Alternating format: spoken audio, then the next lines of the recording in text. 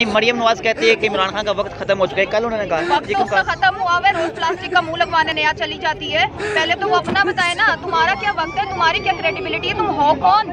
एक भगौड़ी औरत, एक गंजे की बेटी जो कि चोर डाक या मुझे ख्वाह पार्टी चरतश्ता वो सब पूरे खो सियासत सर जमूंगा सकार नो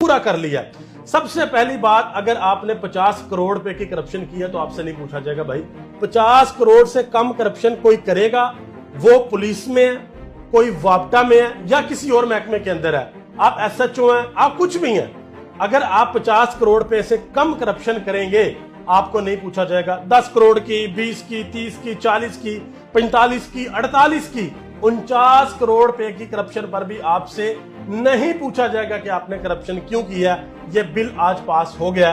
पूरी कौम को बहुत बहुत मुबारक हो कि अब खुल कर करप्शन होगी, कोई नहीं पूछेगा।